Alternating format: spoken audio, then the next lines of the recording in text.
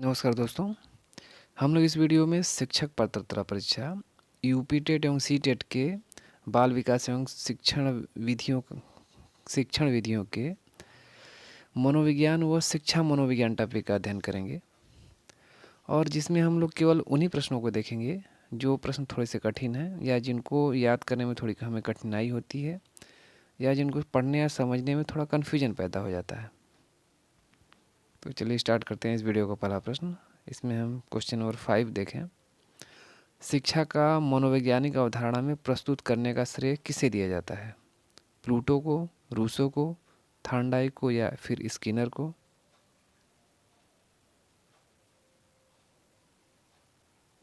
बीस का आंसर हो जाएगा रूसो को। शिक्षा को मनोवैज्ञानिक अवधारणा के रूप में प्रस्तुत करने का श्रेय रूसो को दिया जाता है। नेक्स्ट क्वेश्चन नंबर 8 देखें। क्वेश्चन ये कह रहा है क्वेश्चन, मनोविज्ञान व्यवहार का निश्चित विज्ञान है। यह कथन किसका है? स्किनर का, वुडवर्थ का, पाम्पोनाजी का या फिर वाटसन का? डी इसका आंसर हो जाएगा वाटसन का। मनोविज्ञान व्यवहार का निश्चित विज्ञान है, यह वाटसन का कथन है। नेक्स्ट क्वेश्चन नंबर 9, शक्ति मनोविज्ञान का जनक है। यह किसने कहा था? ऑप्शन ए कोम्फा, बी वाल्फ, सी सेल्फ या फिर डी उपयुक्त सभी?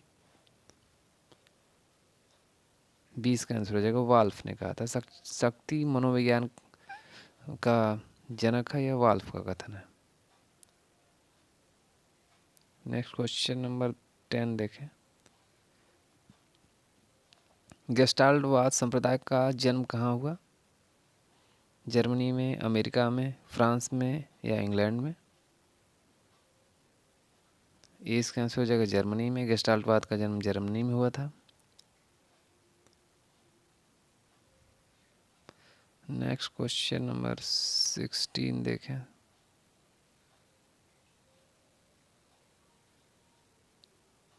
क्वेश्चन नंबर 16 कह रहा है, किसी वैज्ञानिक विधि में एक शिक्षित अनुमान लगाना कहलाता है। ऑप्शन ए परिणाम के बारे में बतलाना, बी निष्कर्ष के बारे में बतलाना, सी समस्या पर ध्यान देना या फिर डी प्राकल्पना बताना?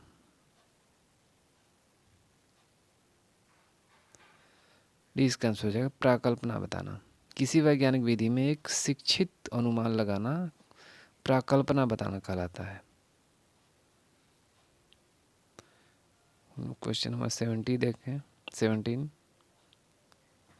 मनोविज्ञान की परिभाषा में मानसिक प्रक्रियाओं का अर्थ होता है। ऑप्शन ए बाहरी व्यवहार, बी सिर्फ पशुओं की अनुभूतियाँ, सी आंतरिक प्रक्रियाएं या फिर डी अस्पष्ट व्यवहार?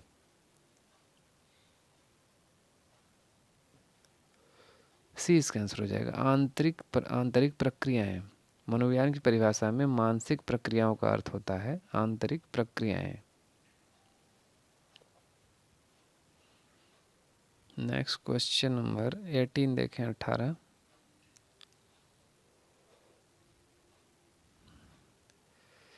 एक मिनट स्किप हो गई वीडियो, उसको जरा हम फिर से देखें। हाँ, क्वेश्चन नंबर 18 हमारा था, मनोविज्ञान का कौन सा विशिष्ट संप्रदाय स्पष्ट रूप से व्याख्या करता है कि मानव सचेतन प्राणी है, न कि आदतों का सिर्फ एक बंडल वाला प्राणी? ऑप्शन ए सूझ, बी अधिगम, सी प्रेक्षण या फिर डी अनुबंध?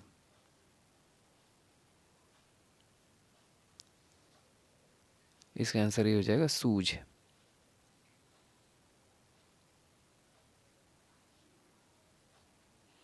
इसमें क्वेश्चन कर रहा है, मनोविज्ञान का कौन सा विशेष संप्रदाय स्पष्ट रूप से यह व्याख्या करता है कि मानव सचेतन प्राणी है, न कि आदतों का सिर्फ एक बंडल वाला प्राणी? इसमें इसका आंसर सूझ हो जाएगा। नेक्स्ट क्वेश्चन नंबर 90 देखें। 19, एसओआर संप्रदाय विकसित किया गया था। ऑप्शन ए फ्राड द्वारा, बी यूंग द्वारा, सी टिचेनर द्वारा या फिर डी वुडवर्थ द्वारा?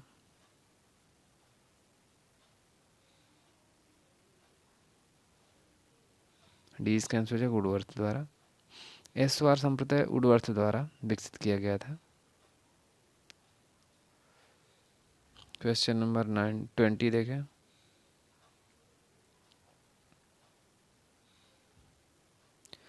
मनोविज्ञान की परिभाषा में व्यवहार का मतलब होता है ऑप्शन ए आंतरिक या अस्पष्ट प्रक्रियाओं से, बी सिर्फ मानव व्यवहार से, सी सिर्फ पशु व्यवहार से, या फिर डी बाहरी या स्पष्ट क्रियाओं से। डी इसका आंसर हो जाएगा बाहरी या स्पष्ट क्रियाओं से। मनोविज्ञान की परिभाषा में व्यवहार का मतलब होता है बाहरी या अस्पष्ट क्रियाओं से। क्वेश्चन नंबर 21 देखें। किस संदर्भ को क्रमशः मनोविज्ञान का पहला, दूसरा एवं तीसरा बल कहा जाता है? इसमें 4 विकल्प दिए गए हैं, 4 क्रम दिए गए हैं, 3 क्रम दिए गए हैं। हमें बताना कौन सा क्रम सही है। पहले क्रम में दिया गया है मनोविश्लेषण, व्यवहारवाद एवं मानवतावाद। बी में दिया गया है व्यवहारवाद, संरचनावाद एवं प्राकर्यवाद। सी में दिया गया है संरचनावाद, प्राकर्यवाद एवं व्यवहारवाद। और डी में दिया गया है संरचनावाद, मनोविश्लेषणवाद एवं मानवतावाद। हमें ये बताना है इसमें किसका क्रम सही है। ए इसका आंसर हो जाएगा मनोविश्लेषणवाद, व्यवहारवाद एवं मानवतावाद। यह क्रम सही दिया गया है, बाकी अन्य सही नहीं है। इसके बाद हम क्वेश्चन नंबर 23 देखें। इसमें हम केवल इम्पॉर्टेंट क्वेश्चन को देखेंगे और इसमें जो टोटल डिटेल वाले क्वेश्चन है, सारे क्वेश्चन कराए गए हमारी पिछली वीडियो में, जिसमें सारे क्वेश्चन कवर किए गए हैं। आप चाहें तो हमारे वीडियो प्लेलिस्ट में जाकर उसे देख सकते हैं। यहाँ पे हम लोग केवल इम्पॉर्टेंट क्वेश्चन को देख रहे हैं जिनका लेवल थोड़ा सा हाई है। तो क्वेश्चन नंबर 23 देखें। इसमें कथन कह रहा है, इसमें कथन कारक 2 दिए गए हैं, एक कथन दिया गया, दूसरा और उसमें उसका तर्क दिया गया। यहाँ पे कथन है और ये तर्क दिया है। कथन कह रहा है पुरस्कार देने से सीखने की प्रक्रिया हमेशा उत्पन्न होती है। तर्क में कह रहा है स्वतंत्र चर तथा आश्रित चर में कारण परिणाम का संबंध होता है। अब इसमें ऑप्शन ए कह रहा है कथन और तर्क दोनों सही हैं, दोनों ही गलत हैं। बी कह रहा है कथन और तर्क दोनों ही सही हैं। सी कह रहा है कथन सही है परंतु तर्क गलत है। और डी कह रहा है कथन सही है परंतु तर्क गलत है।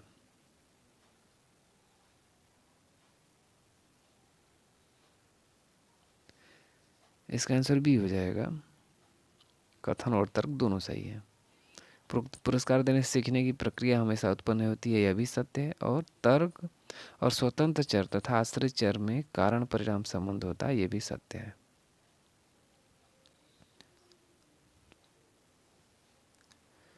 नेक्स्ट क्वेश्चन देखें। क्वेश्चन नंबर हम इसमें 31 देखते हैं।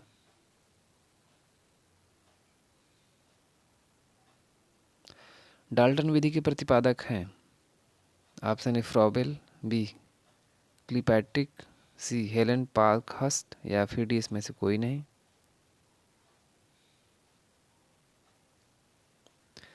सी इसका आंसर हो जाएगा हेलन पार्कहर्स्ट।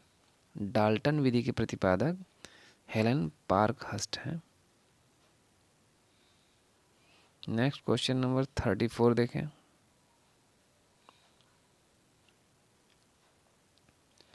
निम्नांकित में से किसने चेतना अनुभूति को प्रक्रिया सदृश माना है? ऑप्शन ए कह रहा है William McDougall, B Wilhelm Wundt, C William James, या फिर डी टिचनर।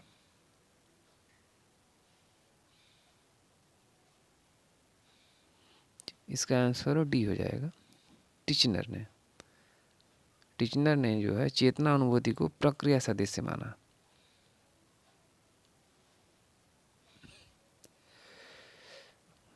उसके बाद हम लोग क्वेश्चन नंबर 37 देखें।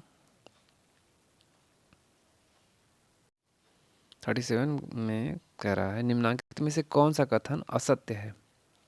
ऑप्शन ए मनोवैज्ञानिक मापन प्रत्यक्ष होता है, बी मनोवैज्ञानिक मापन में कोई वास्तविक शून्य बिंदु नहीं होता है, सी मनोवैज्ञानिक मापन में परिशुद्धता कम होती है, या फिर डी कह रहा है मनोवैज्ञानिक मापन संपूर्ण न होकर आंशिक होता है। हमें बताना इसमें से कौन सा कथन असत्य है। ए इसका आंसर हो जाएगा, मनोवैज्ञानिक मापन प्रत्यक्ष होता है। यह कथन असत्य है, क्योंकि मनोवैज्ञानिक मापन प्रत्यक्ष और अप्रत्यक्ष दोनों होता है। Next question number 39। यदि शोधकर्ता किसी व्यक्ति को एक पुरुष तथा महिला का चित्र बनाने के लिए कहता है, तो शोधकर्ता यहाँ व्यक्तित्व के अध्ययन के जिस प्रविधि का उपयोग कर रहा है उसे क्या कहा जाएगा? ऑप्शन ए प्रेक्षण विधि, बी प्रश्नावली विधि, सी रेटिंग विधि, या फिर डी प्रेक्षण विधि।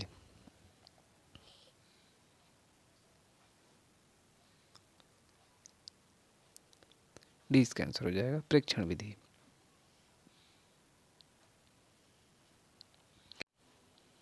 नेक्स्ट क्वेश्चन नंबर 43 देखें।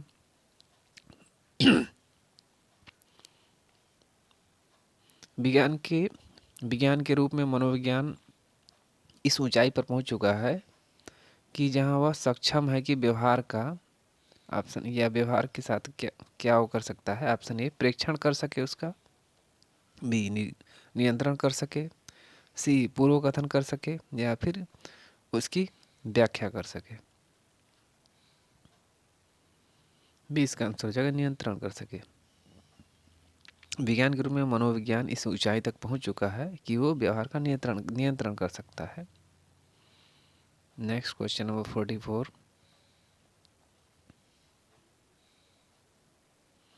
मनोविज्ञान का अतीत लंबा है परंतु इसका इतिहास छोटा है। यह कथन किसने दिया, या यह कथन किसका है? Option A Woodworth, B Murphy, C Boring, या फिर डी इबिंगहास। डी इसका आंसर हो जाएगा इबिंगहास। मनोविज्ञान का अतीत लंबा है परंतु इसका इतिहास छोटा है। यह कथन इबिंगहास का है।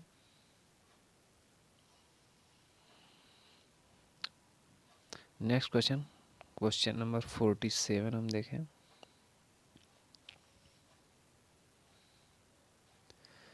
किसने समाज मिति विधि को अपनाया? ऑप्शन ए मोरेनो ने, बी मर्रे ने, सी मैस्लो ने, या फिर डी मन्न ने। ए इसका आंसर हो जाएगा मोरेनो ने समाज विधि को अपनाया। इस पर इस वीडियो का लास्ट क्वेश्चन था। अगर ये वीडियो पसंद आए तो इसे लाइक और शेयर जरूर करें तथा हमारे चैनल को सब्सक्राइब कर लें और बेल आइकन घंटी को भी प्रेस कर लें, जिससे मेरी आने वाली हर वीडियो की नोटिफिकेशन आपको तुरंत मिले।